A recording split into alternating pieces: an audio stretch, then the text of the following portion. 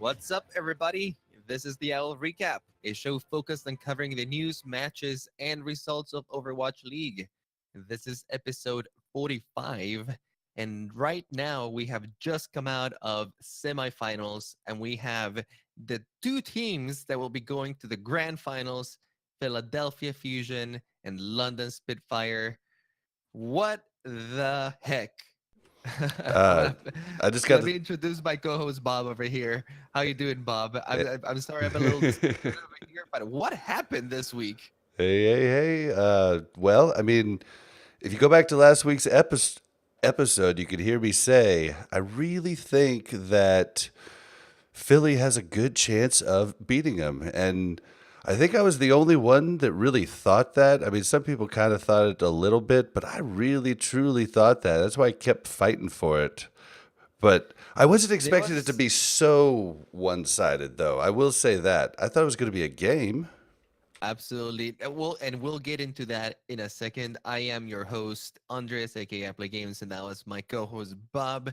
Thank you guys for joining the show today. I just had to get that out there because I think this was a result that some people could maybe speculate on seeing coming in the past few weeks, but I think it's still a result that took everybody by storm, especially New York, the reigning champion for the entire season, to have Yeah. fallen at the very last minute and giving up the throne. Snake bit. I mean, Ark had tweeted out that he just felt that they were very unprepared, and that's what it looked like. They just looked like a deer in headlights. Like, what is happening right now? And I was on cloud nine, man. Like, I actually got lightheaded screaming so loud at the very end because I was like, are they really just going to sweep them? Like, what's going on? It was Saturday. First off, I thought the game started at 3 on Saturday and planned my day around that, and then I had to cancel uh, dinner plans because I had to shuffle my day around so that I could watch that.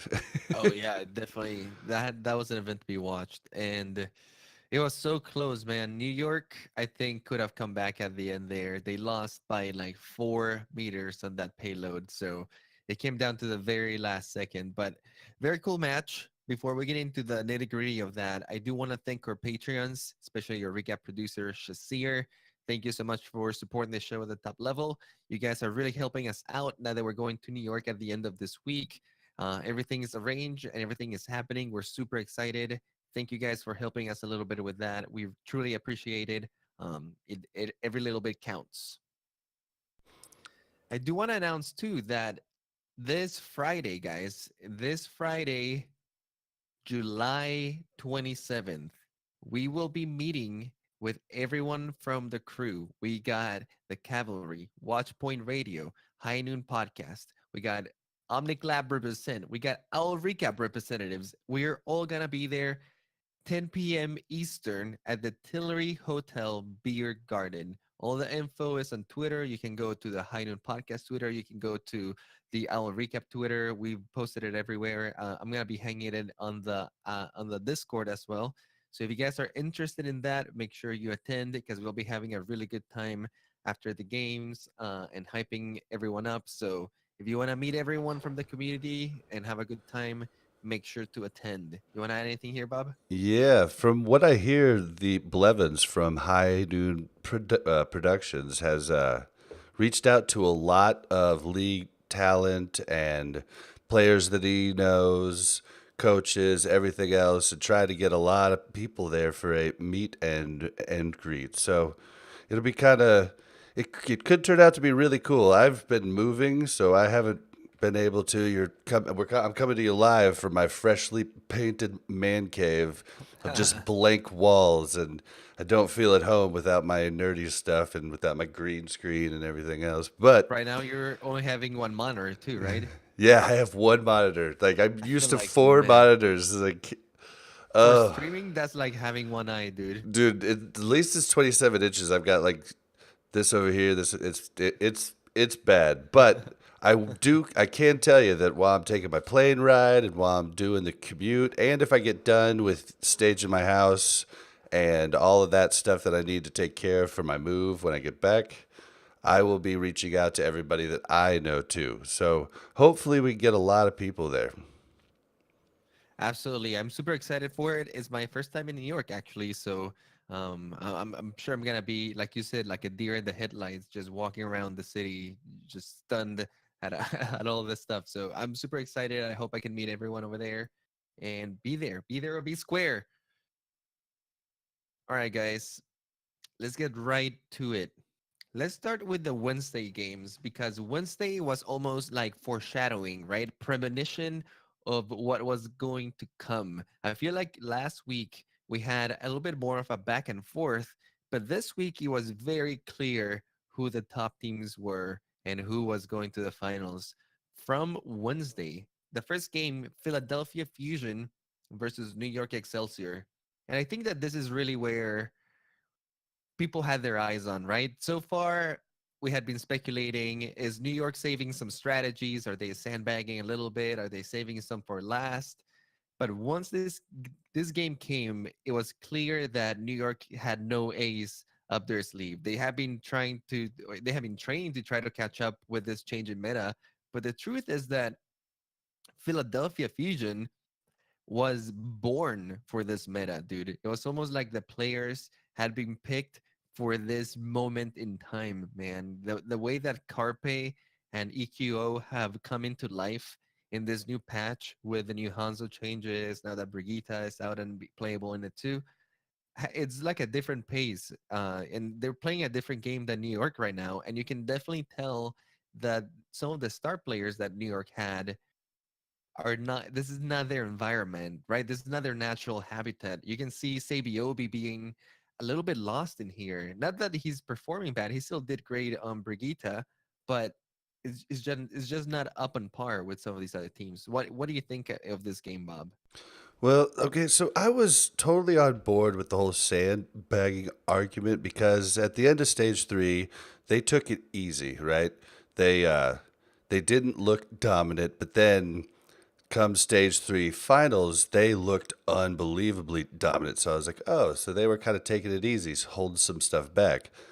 Then in stage four, they just really showed nothing that said that they knew what they were doing in the new meta, and I still believed that they were sandbagging. But then when they lost the stage four finals, that's when I really started to believe that they weren't there. You know, you can make all the excuses you want. Oh, we're saving it for the 1 million, but you go for that paycheck. You go for gold. You know, you have plenty of time to prepare after that.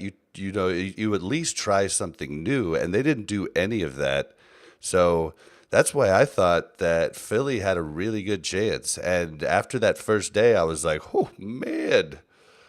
That first day was very rough for New York Excelsior, but let's take it to Saturday and talk about Saturday because I think that this is when New York Excelsior came a little bit to life, right? This has been one of the most contested matches here in the playoffs. Actually, the match between Philadelphia Fusion and New York Excelsior was very close, and you have to give it to New York Excelsior. I don't think that they necessarily play bad. It's just that EQO, Carpe are on a different level in this meta than New York Excelsior is.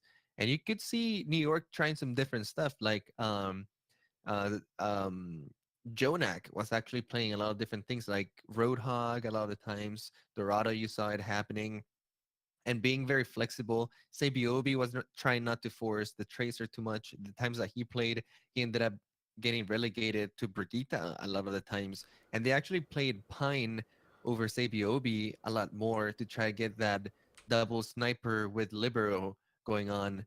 I Well, would and say that's another thing. Libero did not look like the Hanzo Libero that we saw before the changes. I don't know. I think that he didn't practice as much as he should because as a Hanzo player, I know that once those changes came in, changing his velocity and the way that storm arrow works, I mean, it's still throwing me off. I'm still not as good of a Hanzo as I was before. and to be honest, I think that he had a fair game, but when you're putting it up against Profit and EQO, which are playing out of their No, minds. Carpe and EQO. Well, I'm talking about London Spitfire. They're like their Hanzo. Oh, I Like when get you're you. I get you. when you're putting at that level that they're displaying right now, I think that yeah, he is falling a little bit short. He's Well, not performing it like that. and EQO, man, this kid, like I was having a little tweet battle with Totally Drunk from the Overwatch League network, and he was telling me that Koreans will always be the carry, and I came back with, well, it's funny because the best player in the league's from Jerusalem. And I really truly believe because the reason I think that he is the best player in the league is because of his hero pool. He could literally play any DPS. Remember when he first came in? He played Genji, and he played better than Shadowburn. And we're like, who is this kid? And then all of a sudden, he just He plays took everything Shadowbird's else. spot basically through the Genji. Yeah. Yeah, and Now, in a well, game that he's changes, well, just uh, let me make this last one point. With a game that changes so much, someone with that much a, versatility for the changing meta it is in my opinion the best player in the league. I do agree that the versatility helps out a lot. Ikyo fills that projectile DPS niche. He is just incredibly good at all the heroes that involve projectiles, right? You give him Hanzo, you give him Genji, you give him Pharah, and he's performing on all of them at an incredible Give him level. You know, Soldier, he destroys it too. We saw he a little bit of that in stage 1. for sure. He reminds me a little bit of Agilities, except that Agilities also likes playing the Roadhog and the Junkrat, which we've seen a little bit of AQO play Junkrat, but very, very little. He tends to go more for the Shimada brothers. I think that those two players kind of play very similar roles with slight differences. But AQO right now is really shining for Philadelphia Fusion. And to be honest, both Genji and Hanzo are in a good spot. And to have a guy that can swap between those two and Farah when you need it is definitely the right fit for this meta. I want Yeah, to talk a little bit about the tank lines because Philadelphia Fusions was amazing. They were playing fantastic. I think that they did a great job. And overall, I don't like to talk about players not performing too well or because it depends on too many circumstances. But I think there was an outlier I in this game agree. that really Yeah, I stood out totally for me. agree. And I know exactly what you're going to say. I'm talking about Janice from Oh, New York Excelsior. no. Okay, Um, never mind. I think that Janice was not performing what they needed him to do, man. Like in that front line, Janice was really struggling and he was getting killed a lot of the time. Actually, it was only when they put in Meko at the very end that I thought that they had a chance. I don't know. I think There that were Meko was some playing out of maps their mind. There were some maps that New York Excelsior, every player on their team had a negative kill death ratio. I mean, and times where some of True. the people on Philly didn't even die once. I mean, it was a stomping for most of the time. Well, for most of the time of the games that they won. Um, but yeah, I thought you were going to go with the whole Poco Hoppa situation, and I was going to say I agree they should be playing Poco full time. But Hadba had his moments though. He he won the did. But point a couple is of times with Diva Bomb, and I is he agree. better than I do Poco? like Poco. I do like Poco a little bit better, but I am glad to see that they have two. You know what I mean? I think that at this point that is very important. That redundancy of if you don't have Poco, then you have Hotba, and if they're playing at similar levels, then that's good enough. You know what I mean? Well, and And you make a good point, and if it keeps him fresh. I mean, Absolutely. And if Hotback can come in and play against New York Excelsior and give them a run for their money and still take max from them, then I think that his performance was good. And it's great. It's great that Philadelphia Fusion has that backup there. yeah. Totally drunken chat says Hoppa gives them the option to run Zenyatta too, which I didn't think about. I mean, that's a pretty good point. But another thing we haven't really talked about in these games is all the solo support and Oh, yeah. Jonak not looking so good as the Roadhog. He looked. I heard Death Blow talking, and he said that uh, he looked like an old school. Oh shoot, from NRG, old school Horrig. Oh my gosh, Harpa. Urag? No, Harp. He's not in the league. He was a really good Roadhog player. I don't I'm know. not sure. Yeah, Totem's probably gonna tell me in chat in a second here, but he did. He looked like he was flanking like an old school Roadhog, and he wasn't staying with the team like the other Zens that have switched to Roadhog have done. You know, they're working with their Orisa and pulling people. Oh, Orisa. Harblue, thank you, Oh, big juicy Harblo. hog. Okay. But yeah, Ah. so he did not look comfortable at all.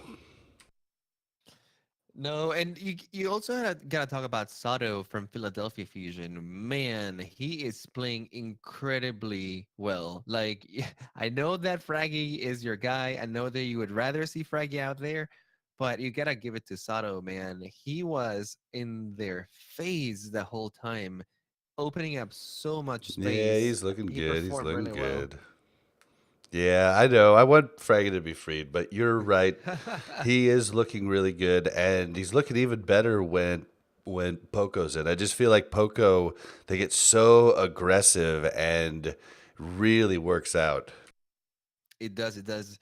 Another little matchup I want to talk over here was the Neptuno versus Arc match, man. Two of the best Mercy players, if not the two best Mercy players in the league right now, performing incredibly well, both getting ultra aggressive when needed, being at the right times at the right places. I don't know.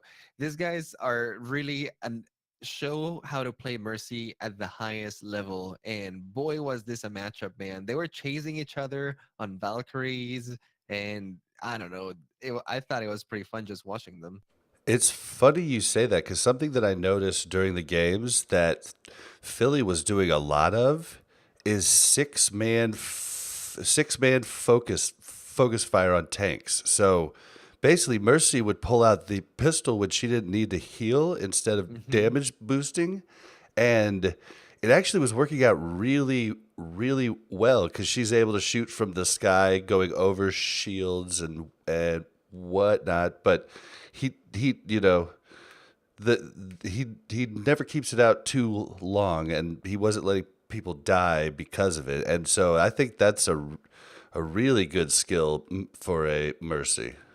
Oh, absolutely. I really love that style of Mercy because I think that there's this preconception that Mercy has to be a heal bot, right? Just following people around with the beam on people at all times. And sometimes people get into that comfort zone where they're just healing, no, don't even bother taking out the gun. But it's so powerful having a Mercy that can take out the gun at the right times. Because she honestly hits pretty hard if you're hitting your shots, and you can do a lot of damage with her. Even things like And just shooting at somebody who's coming through a flank when you don't really need to, helping deal out with some the shield spam battle. damage. Yeah. Yeah, And absolutely. something Mel does all the time, which I think is impressive, is she sees a Rhine or a Hog or a big target or a small target, but she sees it with a really little bit of life. So she'll shoot two shots and she'll get them because they were retreating, but she gets the kill, and that can turn a fight completely. Oh, So absolutely. I Just think it's a making the good call thing. out of that somebody's low, and even your healers like your Mercy help out with that little bit of chip damage can make a huge difference. And you can see that these guys are definitely exploiting that. The Mercy sometimes becomes like the carry, right? Like we have seen it several times where the Mercy is the one who will take out the Pharah or will take out the other Mercy during their Valkyrie just because they have so much mobility, and these guys know how to aim pretty well too. So you got the best of both worlds there. Yeah, what's crazy though is we can still. It's something I said in stage one, but and it was more true then, but it's still pretty true now.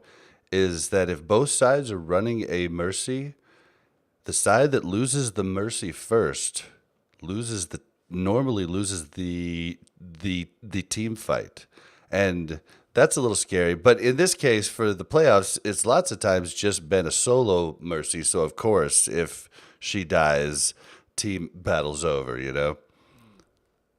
Right, but it's just because the strategy relies a lot of times on her. Like, let's talk about the team compositions in in this matchup because actually, I was thrilled watching how many team comps these both teams tried and how dynamic their rotations were. Like, they were constantly changing. Like the second they would cap a point, even the attacking team would swap immediately to something different that was better for the second point. If they lost maybe one push, they would try something different. If they needed to get the payload through a choke point, they would maybe switch a piece of the puzzle and try it out in different ways. I thought it was super dynamic, and we saw such a variety of them.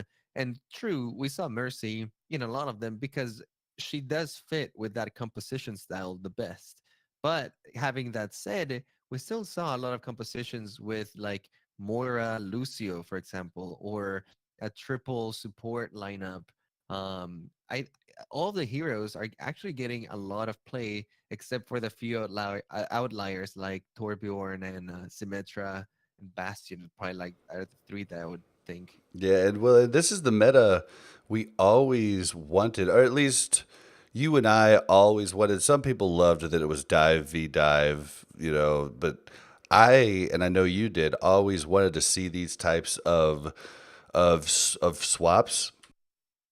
And if people at home didn't notice, something you should take note of when the pros play, swapping right now is so important that they will go and swap with their full blown ultimate and just lose it.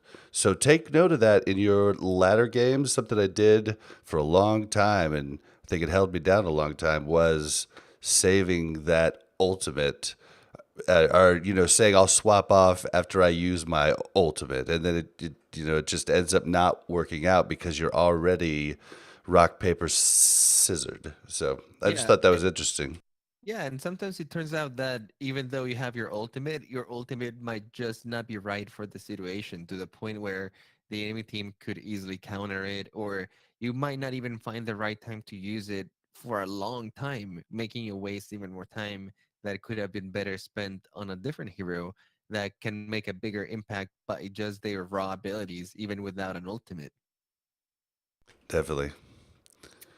Is there anything else you wanted to touch on the matchup between Philly and New York? I thought it was really cool, especially the one on Saturday. If you guys missed it, please go watch it because that was finals material. Like the way those two teams are playing against each other. I am sorry that New York lost. It was kind of a bummer that the New York team is not gonna be Not a there at bummer at the New all. York finals. Not a bummer at all. Well, I'm a New York fan, so it was a bummer for me. But Although New I York will against say Philadelphia.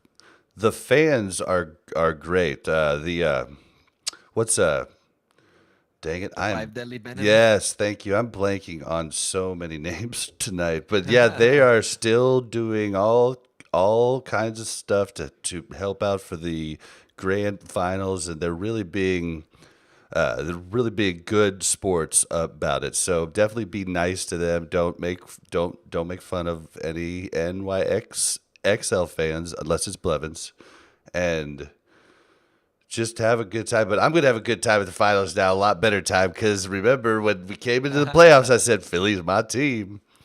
I'm not disappointed. Philly is a great team. I've always liked them too. And man, London, I don't even know what to think about them. We'll get about it in a second. But those guys have been all over the place this season, and whew, they're kind of a wild card at this moment. They can take it as well. Yeah, just great matchup overall. I really enjoyed it. Bummer that New York didn't go through, but what are we gonna do? Life goes on, and I'm looking forward to the finals. Let's move on to LA Valiant versus London Spitfire. Now, if we thought that Philadelphia rolled New York Excelsior, whew, man, London stepped on LA Valiant like there was no business. It made one of the strongest teams at the end of the season look like they were nothing.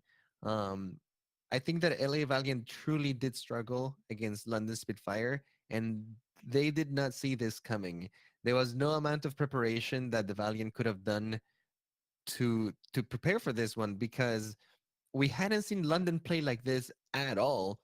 until the very last leg of the tournament. I mean, they had this moment of brilliance on stage one, but since then it was a very shaky season where they looked like they were almost not even interested in winning. Some of the games were just going rolling by, pretty uninteresting strategies, nothing to shake about. Granted, Birdring was injured for a big part of the season, but man, they have come back with a vengeance. I don't know if this team just gets really hyped when a lot is on the line and Well, like they pop off or what, but I don't know. they tried forever to do the two rosters, and then they just never really found a spot they liked. And I don't know if there was conflicting personalities in the house or not. That's just speculation, but they seem like they got it together. I think that's why they were losing at different times. They were playing the wrong personnel, and then when you're losing, no one's having fun, and everything gets bad. But one thing that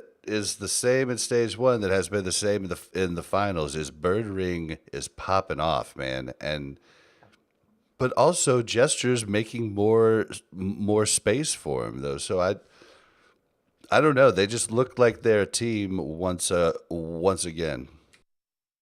Absolutely. Bertring definitely playing out of his mind. His widow is super, super scary.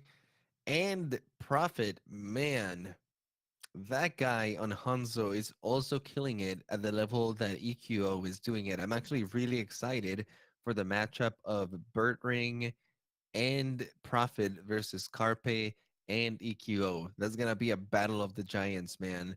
Two DPS duos that were born for this meta. Both these teams have such a good grasp on playing Hanzo, on playing the Widowmaker, on being able to swap to the Genji if needed. They can And play the swap Pharah, to Brigitte. they can play the Brigitte. I would say that Spitfire right now has a huge advantage in that Bird Ring and Prophet actually have overlapping hero pools. And you saw that happening with LA Valiant, where Bird Ring could play Brigitte, but Prophet could play Brigitte. Bird Ring can play Genji, but Prophet can play him too. So you get like these two DPSs that are not only excelling at their individual roles right now, they can play each other's role too.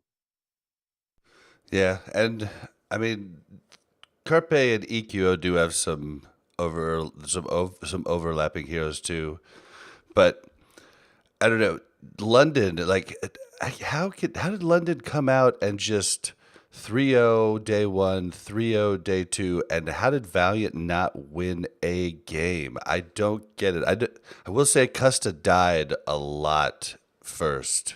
That It happened a lot. did. The backline was definitely suffering, but this is what I'm saying, dude.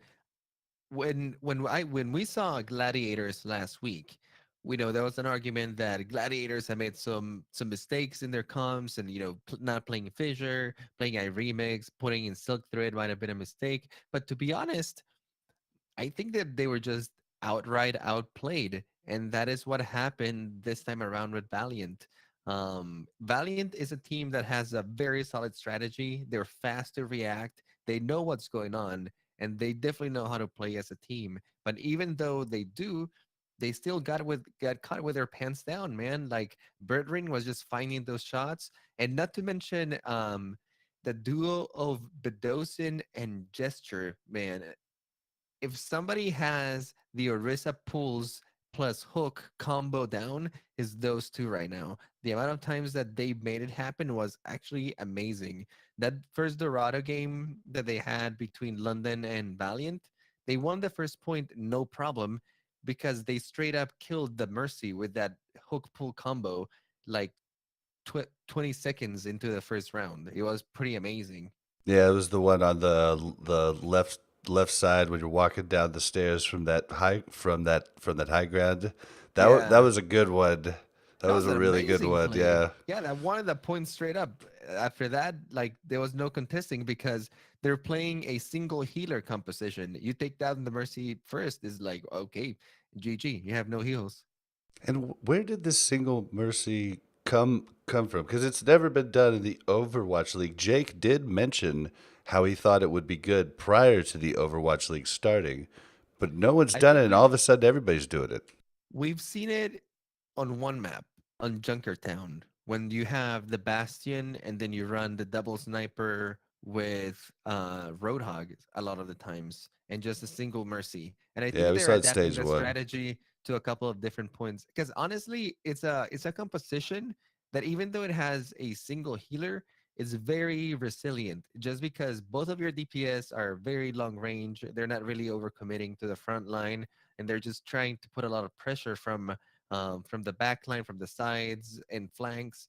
And then you have this beefy composition with Roadhog that can heal himself, which is great for getting things through choke points, and putting a lot of pressure with the Orisa and Roadhog hook. And I think that that Dorado first point, a lot of teams are playing it this season, um, for that first point. It's just, I don't know, I guess it's working out pretty great.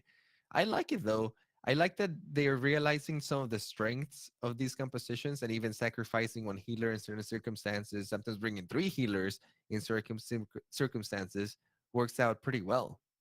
Yeah, and I think switching the Zen off to the Hog, I think oftentimes is because the other side has a double sniper, and Zen is easy to snipe. It just it Exactly. that composition puts a lot on your Mercy's back and And turns we've had Mercy that into your star. discussion. Yeah, we've had that discussion before where sometimes to counter a certain hero, you don't necessarily have to pick the most obvious counters, right? Like to counter a Widowmaker, you don't have to pick heroes that can dive her and get rid of her. You maybe just have to pick heroes that don't die in one shot from her, for example, so that even if she gets your shots on you, you can might still survive that. So it's just looking at different problems from lateral ways, or same with like the pharmacy. You don't have to get a bunch of hit cans to kill the Farah. You can also just get a really mobile comp where Farah is just not gonna have a lot of room to deal constant damage and kind of ignore her a little bit in that sense. Yep. um Or people could just look up and hide from her. It's not or hard. Oh yeah, absolutely. Even not counter by composition, by counter by positioning too. It's is very valid. So I think that they're definitely exploiting all of these angles, and London Spitfire is looking very flexible right now with a very scary DPS duo.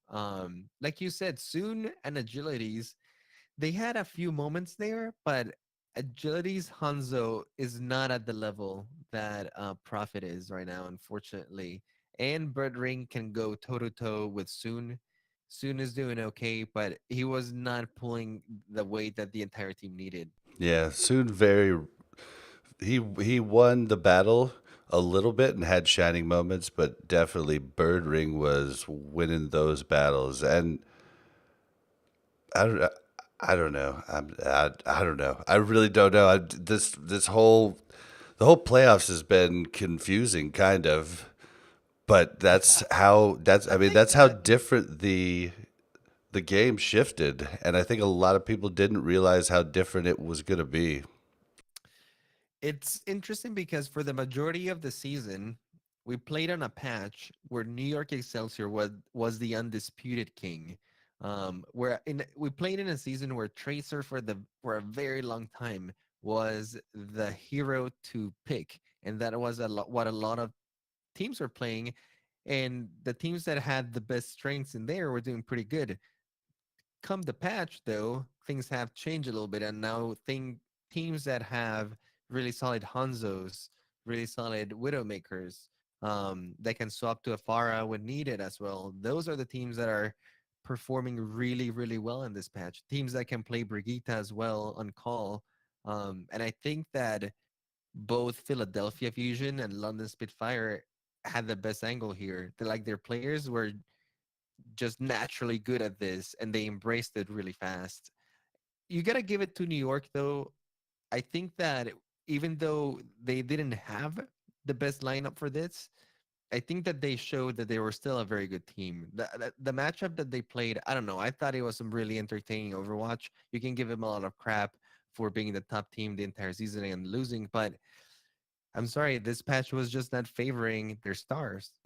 I'm in, I'm I'm only going to give him crap for taking the final stage lackluster. I tried, I said I don't agree with that in the NFL, which is the only sport I pretty much watch, and Yeah, you did say Like that. I don't agree with that. You keep the momentum going and you don't slow down. You get lackadaisical, and I think it really bit him. It did. It did. Oh man, let's talk about a little bit of the Valiant tanks. I think that they were struggling a little bit.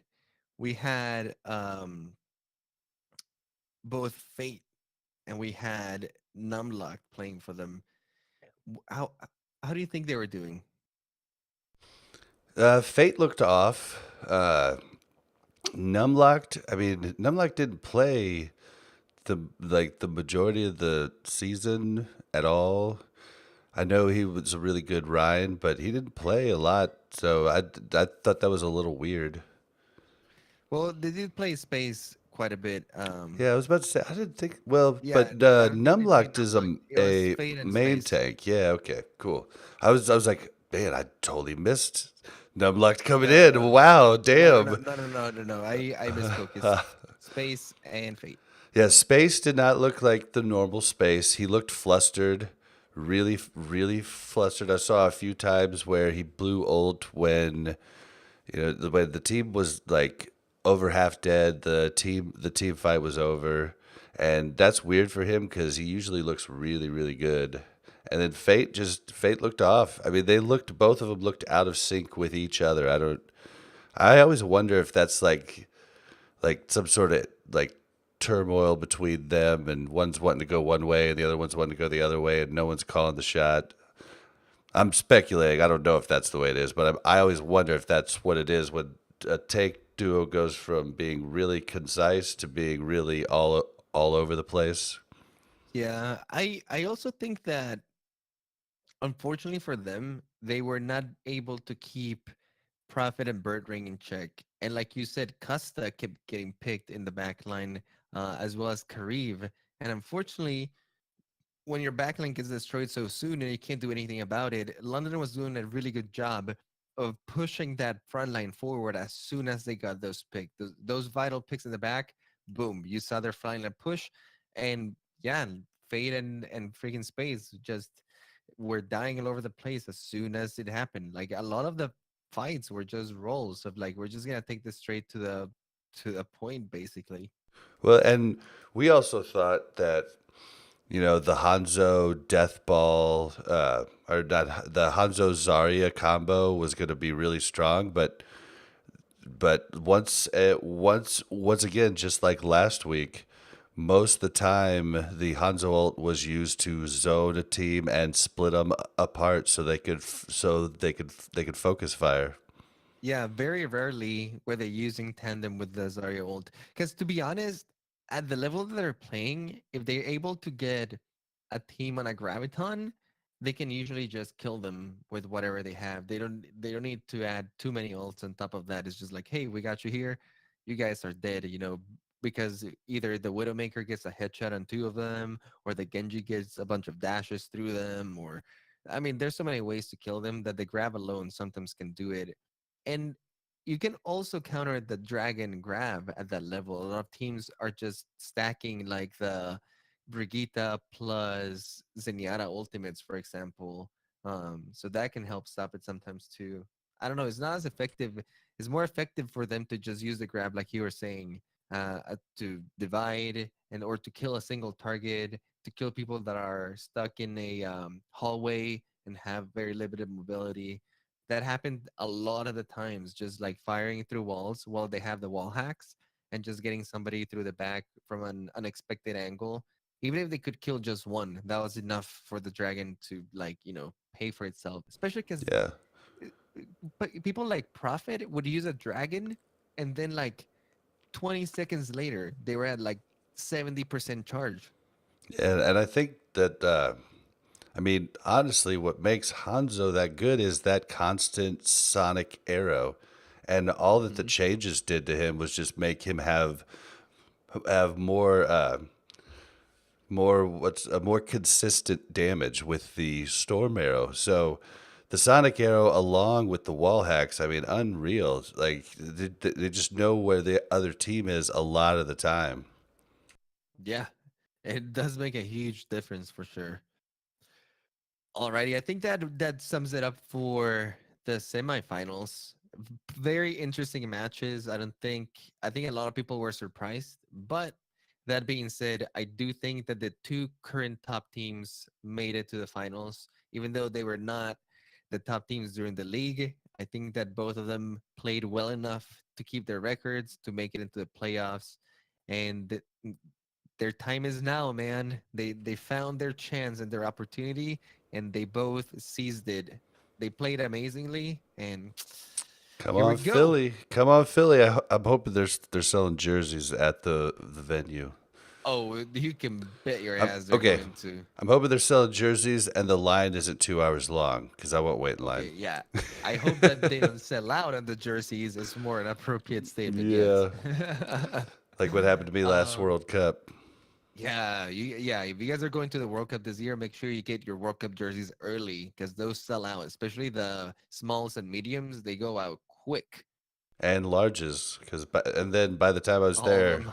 they were like, we got one extra large left, so I'm trying on the extra large. Then someone gets the extra large. I'm like, what? All right, well, never mind. I'm not gonna try it on now. Bummer. um, Before we close out the show, do you want to make some predictions on the final? London Spitfire versus Philadelphia Fusion. Hold on though. Do we want to hit the listener question Sure. Yeah, from yeah. How Matt? about you read it? All right. I have to squint because I'm only using one monitor and everything's on the screen. All right.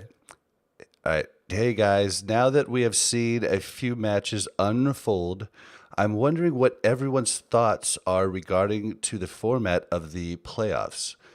More specifically, how do you feel about the way they play the second and third set in the same day if needed? Personally, I think the momentum highly favors the team who wins the second set. I'd love to hear your thoughts sometime in the future. So, what do you Thanks think? for the question, Mateo Chan. Um, it's an interesting question because, yeah, this is the first playoffs that we've seen, and the format definitely did change a little bit. It's almost like they give you a sneak preview on Wednesday of how the matches are gonna go, and then you give the teams a day to kind of go back, hit the drawing board, make some plans, some adjustments if needed, and then come back.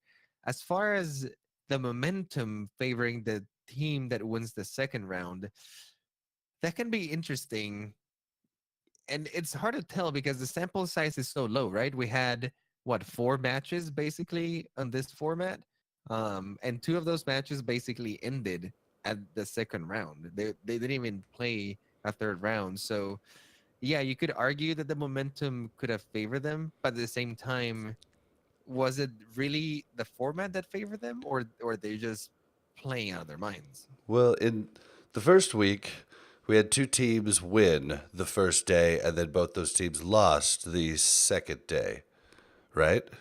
I think that, Right. and then this week we had the two teams that won the next game the next day, and then didn't play the extra game. So I'm not really Right. sure what it does, but it is definitely weird. And I wish it was like both teams played 3 days, and like they just don't play the third day if both teams win out. But I know they can't do that because they have the facility ready to go up and run. Like they can't just not have a game. So yeah, I Yeah, you have to do some compromises there for production and time. yeah, and they have Um, to like schedule people to work, and so it's just kind of hard. But I do agree, it is definitely weird. It's also weird that that the day break is really weird. I thought like, and then the other some the teams have the daybreak, 2 day break, and yeah, the daybreak. I really think really favor teams like Spitfire because Spitfire looked shaky coming into the playoffs, but I don't know what they did, man.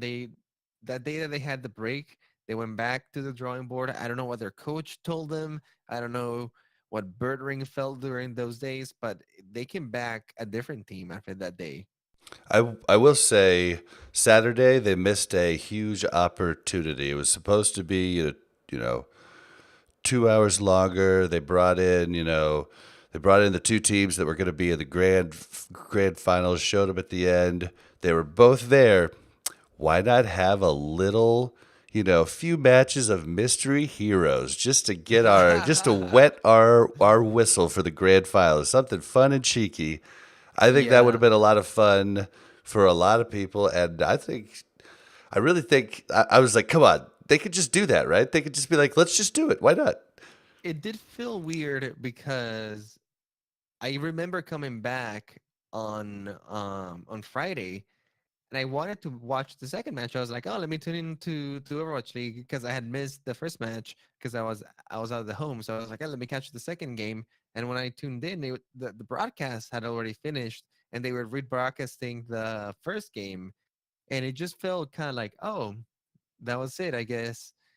And I guess for in the future, it would be nice for them to take that into account and say, no, there's a chance that the team might just lose on the second round and we have nothing to show. So maybe prepare like some fun games or some sort of like exhibition match so that if you don't have that second match, at least you have an event going on, because I personally did like the amount of games that we got during the playoffs compared to like the regular season, where I think that the amount of games that we're getting daily were a little bit too much for your average consumer to like really enjoy, right? You really had to like cherry pick some of the games because it was just too much content to watch consistently. I really liked the pacing of these other games, and I would honestly would like the season maybe to resemble more of this kind of pacing where it's more of like a two games per night. That felt really nice, very That did feel manageable, nice. and I could sit down and enjoy every game, without feeling like, oh man, I gotta rush watching this game because there's three more going on right now. I really feel like they're gonna take into account because they can't give us more games next season. So I really feel like with all the burnout that they saw throughout the throughout the season with players, I think that teams are going to have bye weeks throughout the season so that they get extra weeks off and don't even play. And And I so would be completely okay with that. yeah, I mean, Yeah, especially if they're adding four more teams. you don't have to see every team play twice every week. You know what I'm saying? Yeah, I mean, there's a ton of games at the end of it all. You don't need that many games. I mean, I think that's what's wrong with baseball right now is there's way too many games. Even if you just like one team, there's no way I'm gonna watch all of the Royals games. Like, that's just crazy. and Like it was a good model when people used to go to games all the time. There wasn't a lot of entertainment. There wasn't a lot of different entertainment out there to do. So you go to a baseball game in the 1960s, 70s, but things have changed and our time is valuable. And to expect a fan to watch every game is just crazy. So why not just space them out? Yeah, I think that it would be easier to highlight games, right? Each game would be a little bit more meaningful. And I get that maybe they wanted to get a big sample size this season. They wanted to fit a lot of games, truly let the teams kind of evolve, get a personality, get a feel for the things. But I don't know. I really hope that next season we get more of a pacing compared to the playoffs. That was really enjoyable. It was very consumable, or what I mean is it was really easy to consume and digest. I really hope that they open up an East Coast arena and they have two. I mean, I really hope that. Oh, that would be awesome. Yeah, absolutely. They're building that huge arena in Texas right now. It's I going to mean, be that an would be esports fine arena. too. Just split them out, have them air the same time, and then that cuts out a lot of that, like I don't know. I just don't think fans are going to be watching every game. I think Uber fans might, but I don't think that that's going to be the way it goes. It'd be better if they had one on the East Coast that then Europe could catch games. But I really think they're going to try and push for that with this ESPN deal. I've been saying it for a long time, but I really think they're going to open a second arena in season two. They've got time to do it, and they've got the I money. do think so. I do think so. And now that the league has proven successful financially, at least, I think that they definitely have the excuse to keep expanding. Alrighty, that's a good little talk over there. But what do you think of the finals, Bob? Who are you gonna give it to, and why? Philly, Philly, and because of EQO, EQO. Carpe's going to help a little bit, but EQO. Now, Carpe and Bird Ring are gonna be looking out after each other. Profit and EQO are gonna be looking out after each other. Here's the thing that I've noticed before, though. Bird Ring can be a very sneaky little guy where we've seen it happen in stage one.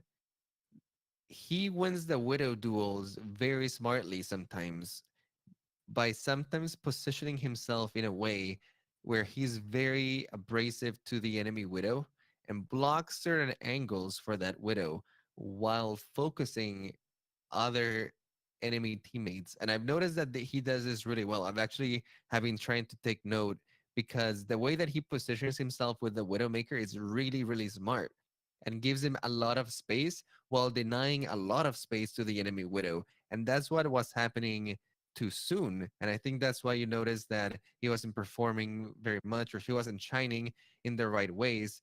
If you paid attention to Soon's positioning, constantly he had really awkward and very short angles with not a lot of vision because he was trying to cover himself from Bird Ring and that smart positioning. So I think that Carpe is going to have his work cut out for him. I think that both widows have incredible aim, but I will give it the creativity positioning to Bird Ring right now. Not to say that Carp is bad with it, but I think that he's gonna have to watch out for that to be able to put Bird Ring in check. I think both. I think Soon's more of a dynamic on the fly widow, and I think Carpe and Bird Ring study because if you watch them on Widow, they're looking right at the spots where they've studied the tape and know that that's where that Widow likes to pop up, Yeah. you know, and so he goes there and he's ready at the right time. Both of them do. So I think this is going to be a really good sniper battle. Absolutely. And both of them have ridiculous reaction times. Both of them are two widows that I've seen done do the fastest shots of just, nail on the head as soon as they see them. Like sometimes I don't even have time to react to what they see before I see the headshot. Like it's amazing how fast these two guys are. So I'm excited for that. The duel between Prophet and Ikkyo is going to be very interesting too. Both of them kind of similar hero pools. They like the Genji, they like the Hanzo, both Shimada brothers, and they both can bring out the Pharah. I have seen Prophet do a little bit of Junkrat too. So I don't know. That's gonna be an interesting duel. I think that EQO might have a little bit of the upper hand in this one currently. But you never know, man. Prophet has gone insane with that Hanzo too several times already. Prophet's such a nice guy. I hate to. I think EQO's gonna outplay him, but Prophet, such a nice guy. Like he was talking to our friends from USA Today in an interview, like when the league first started. They're like, "So what are you gonna do if this like doesn't work out?" He's like, "Well, I think my I think they'll let me have my job back at the coffee house that I worked at because he was a barista, and they're just like, "Are you kidding me right now? You're gonna go on to pro something else if you don't do this." Like it was hilarious when they told me that story. But Oh, that's awesome. I How think pure. EQO, yeah, he's a really nice, genuine guy. But I think EQO is better. I really do. I mean, EQO got top 500, top one or two on a 30 frame laptop with probably poor internet. I mean, that guy's amazing. Yeah, that guy can make it happen on anything at this point. Yeah, it's gonna be pretty interesting. As far as the tanks go, I see this kind of being a toss up. Sato is looking really, really good. So I'm looking forward to that. But Gesture, man, he is also a wall. He looks very confident. Did you see him walking on stage? on that LA Valiant match, dude, that guy looks super confident. Like he's not which is scared of anything. which is weird because he was real shy Yeah. in stage one when we talked to him and everything. He seemed really shy and timid. And I remember when the NYXL talked smack on them before the finals, and then they asked Jester, one of the I forget, I think it was Adam from Action Esports, asked him. Uh, hey, Sabiobi said that they were gonna whoop your butt. What do you say to that? And he just looks. He's like, and he answers, and then the translator says, just gonna whoop their butt." It's just like, but he was just like real, and yeah, he definitely looks like he's got a lot more confidence now. That probably comes from they said he was like the jokester and kind of one of the leaders of the team. So I think he's really falling into that role. At least that's what appears from Yeah, the outside. he does look like he's doing a lot of leadership in the team. So happy to see that. But Sato again is unleashing the beast within. He's looking really good too. So I don't know. This is gonna be a toss up. I truly think that any team here could win it. The one thing I will say is that London has been known to just go completely insane when the pressure is high, and Philadelphia has also been known to flippy flop here and there. They are, as our good friend Slambo called them at the start of the season, they're the Philadelphia Confusion. But it's half the reason behind it. I mean, I really like this team. I know that this is gonna be a good matchup, but I think I'm gonna give it to Spitfire. I know unpopular opinion. I know that everyone's gonna be like, "Boo, boo! You gotta go for Philly Fusion." And honestly, I would be happy if the Fusion wins. But from an analytical standpoint, I think that London might take it. Yeah, Blevins would say that you're not a patriot, but I honestly think Philly's going to win. I think they're both on fire right now, and I really think Philly's going to win. And EQO's got a chip on his shoulder after that conference afterwards, where basically all the media were trying to say that you know NYXL played bad, and that they just got lucky, and he's just like, no, we did this and this and this. He's just really, like, you could tell he's just like, no, man, we played I well, do we outplayed them, shut up. I do hate that because like I said from the beginning of the show, New York Excelsior didn't play bad. Sure, they didn't win and they were expected to win because they have been doing this from the beginning of the season. But when you really go and look at the matchup, it wasn't like New York Excelsior was making old management mistakes. It wasn't like they were making positional mistakes. They were playing really well, but Philadelphia Fusion was also countering their plays really well, and you can't take it away from them. Like that matchup was A plus. Something that that Depra said in chat is that on Saturday, I think this is true too. I'm not positive, but I think this is true. And why I talked about that earlier. I talked about how Poco should be in over hot Haba, but the two matches that NYXL won, Hotba was in and Poco was in on all the ones Fusion won. So it literally was like Yeah. plug and play, and you saw that throughout. So yeah, if you check out earlier the cast, you'll definitely hear me talking about Poco. Yeah. And then same, I do think, like we said before, I do think that Meko performed a little bit better than Janice, and I wish that they had played him a little bit more. But at the end of the Definitely. day, I mean, it was small differences here and there. All right, guys, that'll do it for today's episode. Thank you so much for coming. Thank you for the people who are in the chat interacting with us. We really appreciate it. Like we said before, we're gonna be in New York this weekend. We've said it a million times, so we're gonna say it one more time. Come meet us at 10 p.m. Eastern on Friday the 27th at the Tillery Hotel Beer Garden, right down the street from the Barclays Center, very close to the Brooklyn Bridge. It's a pretty central location. We'll be hanging out, having a good time, and I hope to see you guys there because the funnest part of Overwatch League. And doing this podcast is actually meeting the community and being a part of it with other people. That's basically the main reason why we do this, because we love it and we want to attract other people that love it too towards us and create a community around it. I mean, that's the whole point, right? Let's I enjoy things remember. that we like together.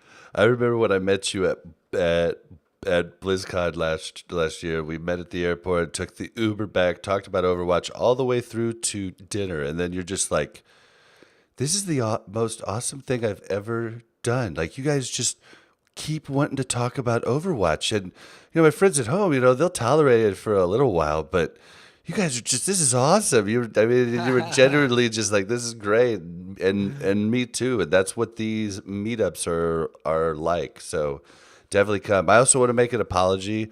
Mel was not able to come. She is finishing up packing and then headed to Dallas and then meeting us in New York Friday. But and then we've been moving, so I haven't been active in the Discord, and that'll change once we get situated in Colorado. But also, you heard I hit Masters, right?